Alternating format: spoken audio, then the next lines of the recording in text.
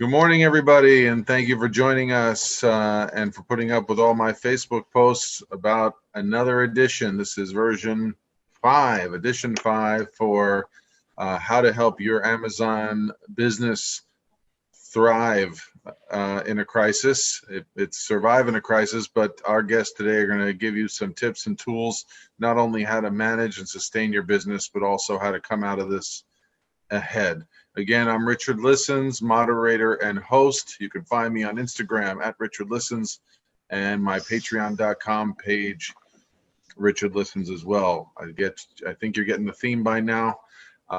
Please check out my weekly podcast upcoming with MMA fighters who've survived coronavirus and find out from high performers in various fields, from medical to entertainment to sports, on how they are competing and managing through this crisis as well. Without further ado, the topic of the day, I'm going to welcome in our first guest. Please type your questions as they come up, or have you been holding on to them throughout this crisis for our guests. Our first guest today, we're going to bring on Mr. Robert Ferreira, and he is a co-founder of Seller Investigators. Welcome, Robert. Thanks for having me. Pleasure. Sure thing. You were just describing the layout of your business. It looks great. Where are you based out of? I'm located in the Hudson Valley in New York, so not far from kind of, I guess, ground zero, if you will, of all this event we're going through right now. So That's true. Are things calming down over there? I'm a New Yorker as well, so.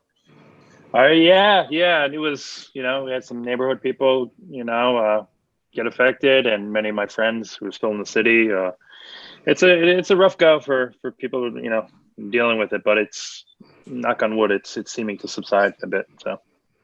Yes, I know. We always try and get onto the topic of the day, and today it's on business. Yeah. But any conversation wouldn't be authentic without, giving a little bit of tribute to those who are struggling and suffering, and friends of ours who are battling fever right now. So our thoughts and prayers with anyone who is in quarantine, isolated, can't get to work, losing money, or has been ill, or knows someone who's been ill. The ripple effects of all this are quite large. But today we're focusing on those in business and how they've been impacted.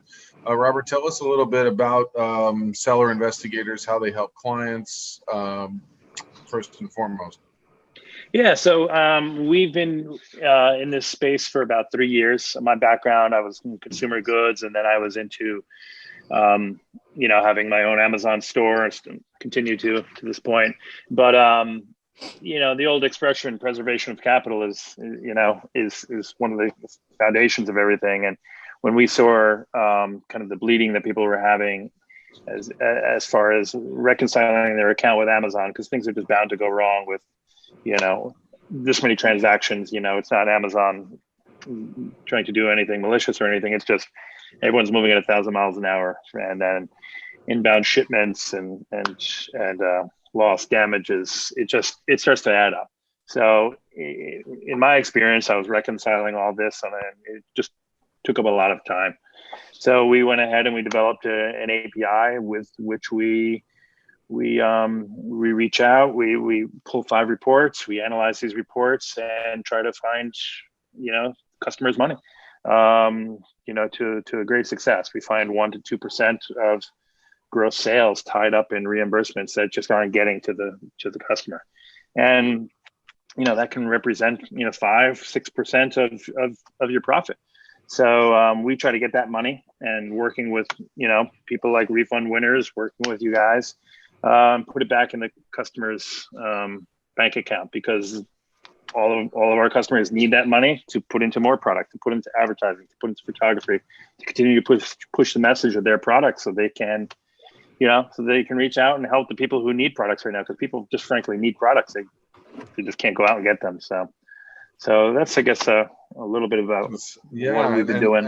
And I don't know what you maybe know the saying better than I, but a penny saved is a penny earned, right? So especially during a crisis, when I know, like, even in the house, right, where, like, if you don't waste the food, that's a couple extra days without going to the grocery store. So some of this reminds me of probably, generation of the Depression era, right? Of like, Well, yeah. I mean, my father came from Europe, and he, came. They all have the stories. $20 in my pocket, but his whole family came, and it was the expression in our side was, when you wash a window, focus on the edges. The middle will take care of itself, and it's kind of true. You just gotta, because your lossage is on the margins. Your losses is on the edges where you're not noticing.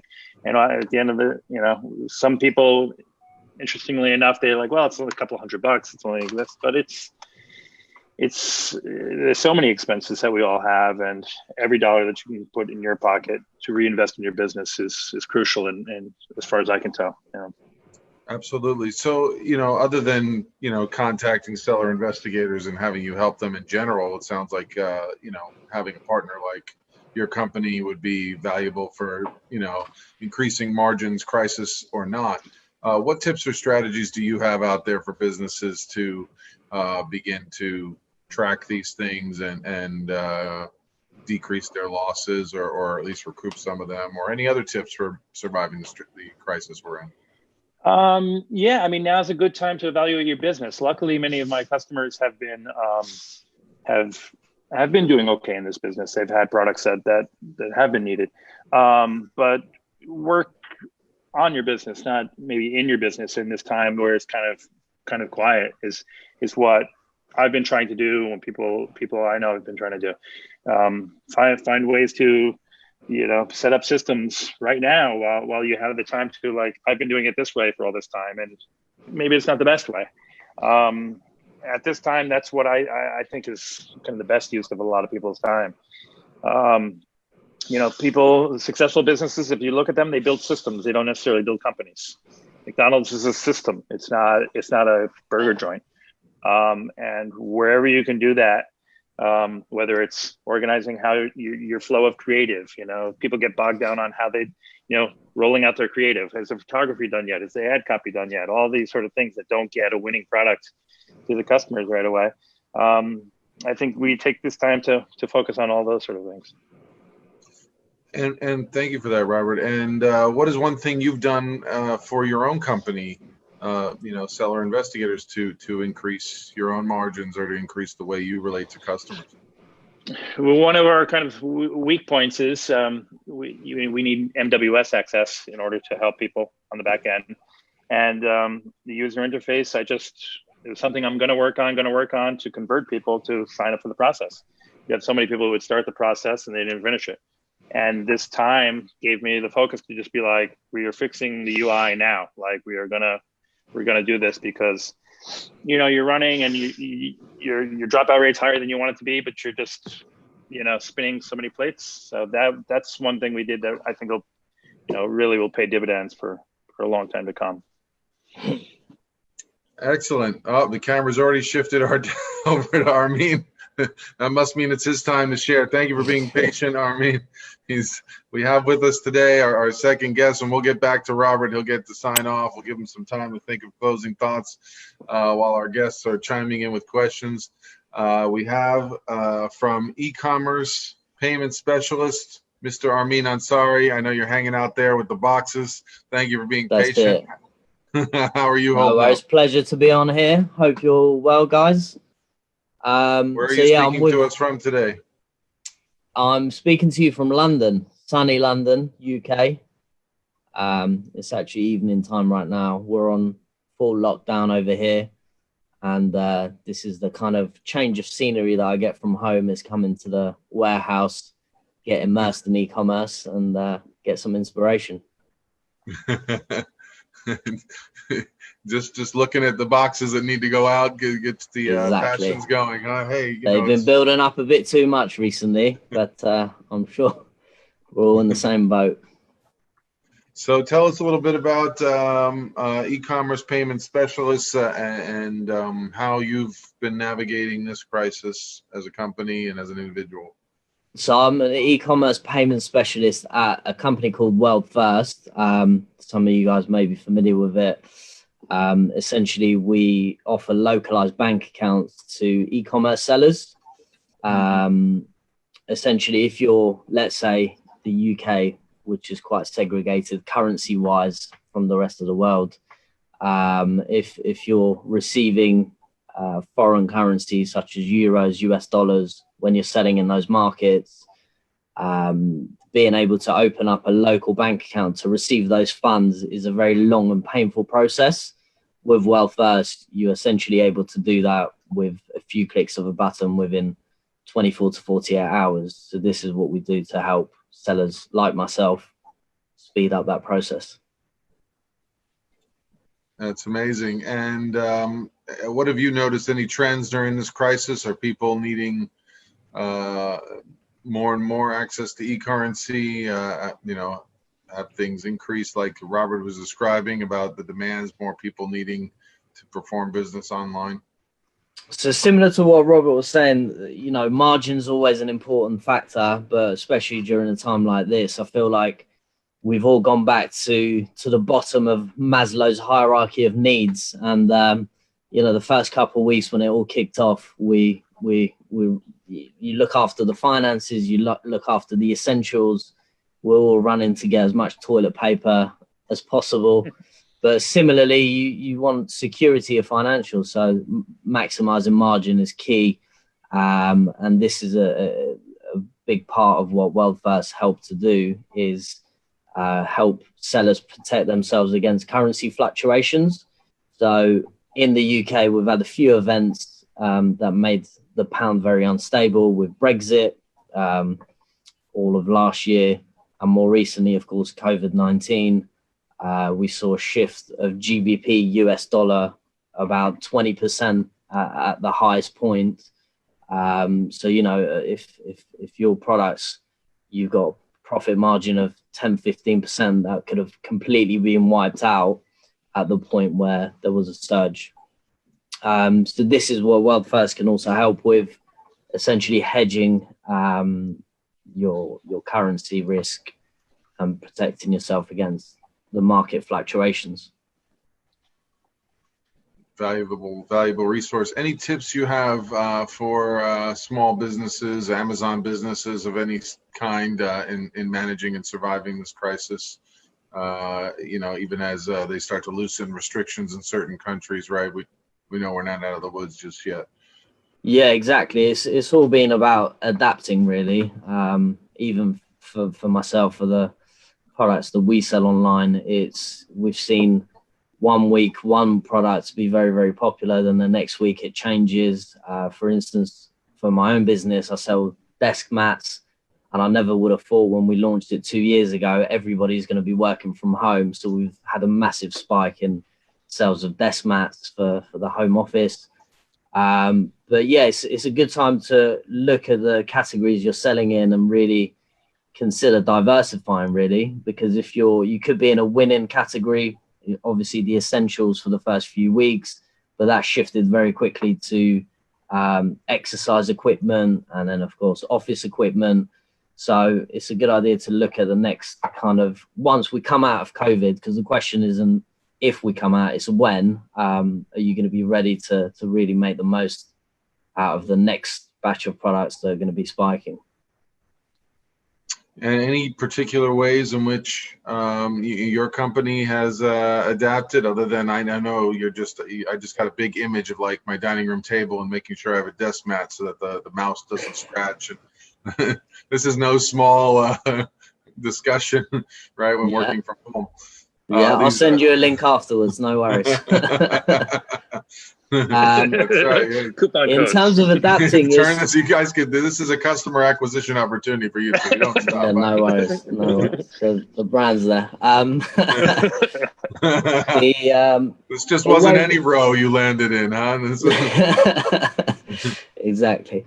The biggest thing personally that we've had to deal with a lot is the fulfillment. Obviously, as a lot of people that are listening right now, with the fulfillment FBA warehouses closing and limiting the stock that goes in, it was a quick scramble to see what 3PLs we could use to help supplement those products going to customers.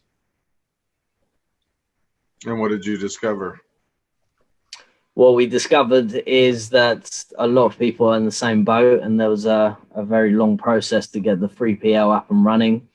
And yeah, we're right now in the process of getting that opened up, and we've started fulfilling some products doing that routine. It's obviously not the same sleek process as FBA. It's not, first of all, the pricing is very different, but also it just doesn't integrate into Amazon as easily as obviously Amazon's own warehouse. But during this time, it's the only option, especially in Europe. France is completely closed at the moment. I don't know if you guys have been following. So it's become very helpful for that market specifically. Yeah, and it becomes important to know which parts of the market are opening up and who's in what circumstance as the circumstance goes forward. Well, thank you, Armin, for joining us. Tell us a little bit before we switch back to Robert and see if there's any questions for you, how people can get a hold of you and reach you, and best links to your company. I know we'll put them in the show notes, but for those listening in their phone, on the phone. Yeah, feel free to reach out if you have any e-commerce payments questions. Armin.ansari@wellfirst.com. Like you said, if you can share that, we can help out with localized bank accounts. I know a lot of your market is based in the US, but anywhere around the world, if you're receiving or spending in a different currency, we can help protect that fluctuation essentially. Well, that's terrific. Certainly in uncertain times, having a partner that can keep things steady. And we have international viewers here today, so we hope people from around the globe will reach out to you. Awesome. Thank you so much, Armin. And shifting back to Robert. Robert, how can people get a hold of you? Any parting thoughts on navigating hopefully the last couple months or the transitions out of Corona? Sure, yeah. Anything I can do to help anybody, you can reach me, robert@sellerinvestigators.com is my email. I just, the only thing I try to do is just, this is opportunity, not kind of, I don't know, selfish opportunity to like, we're going to make some money, but this is an opportunity to work on your business to come out of this better. Because if you wake up any other way, like it's going to be a pain, so I just focus on it as an opportunity. Change is good. We're all going to get through this fine. And, that's all I guess I would, say. That's beautiful. Yeah, I've been referring to it as quarantunity. So I think no matter what business you're in, if you're in the therapy and podcast business, it's been an opportunity to do telehealth and to, like you were mentioning, I've done, more podcasts in the month of April than I had done, I think, in the prior 12 months. So tremendous opportunity for all you out there. I know it may be challenging while you're homeschooling your kids or, taking 3 times the amount of time to make it to the grocery store. But for your business needs, you can rely on Robert and Armin. Any parting thoughts, Armin? Any closing thoughts for people out there in the UK, maybe still on full lockdown? No, just stay positive. I know it's hard if we're stuck in the same 4 walls to start losing it a bit, but we'll get there soon, and hopefully the weather's going to improve this weekend in the UK. So all good. What's one thing people in London are doing to keep sane? Well, we've got we're allowed one exercise per day, so there's a lot of exercising per day. So yeah, that's it at the moment. The pubs are closed, unfortunately, so we're having to adapt by walking a lot to make up for it. Walking is the new drinking. I like it. That's and Robert, how about you? One way you're coping and managing up there in the Hudson Valley? Yeah, we're very fortunate my house is about 100 yards from a trailhead up the mountains and by the river. And I just, that's my, and I built a really big garden too. So I think this summer will be gardening, staying in the yard, and just, on the trails, just 6 feet away from everybody. But I'm fortunate. I'm not not in the city because it's gonna be a little tighter down there. So, yep, same thing. Kind of walking. Yes. I've heard city-based folks are going to the roof. They're dancing. Some have taken it to clothing optional, but we won't advise that for this show. But if you can get out and hike or garden, even if you're a klutz like myself, playing around with getting handy, it's a good time to get uncomfortable. And you can always have someone repaint it if you totally mess it up. That's what I've learned. Yeah. Well, thank you to both of you, Armin Ansari and Robert Ferrer, for taking time out of your busy day for our broadcast and our listeners. And if any questions or comments about your products and the services come up, we will direct them to you and try and get responses and post them in the show thread. Thank you, everybody. Thank you very much. Appreciate you checking in, and we'll keep we may invite you back as we keep this panel going, trying to help business owners out there. We know you're struggling. We know it hasn't been easy. Some people are finding ways to thrive, and we're thankful for that. So there's nothing wrong with if you do have a product that's in need right now and people are needing it, we wish you success. But if you are struggling and needing to adapt, and like Robert said, finding ways to work on your business, there are tools, there are supports out there that may help you move the margins just a little bit in your favor. And even 2 to 5% can be a big difference, no matter what scale of income you were at before or at right now. So, and feeling supported and having resources is wealth, where I come from in my field of psychology, whether you be in business or in any other area of life. Well, thank you all. I'm Richard Listens. Please check me out at Richard Listens Instagram. We'll continue coming to you live Monday mornings on behalf of PPC Winter. We thank you all for tuning in, and we thank our guests for joining us today. Take care, everybody.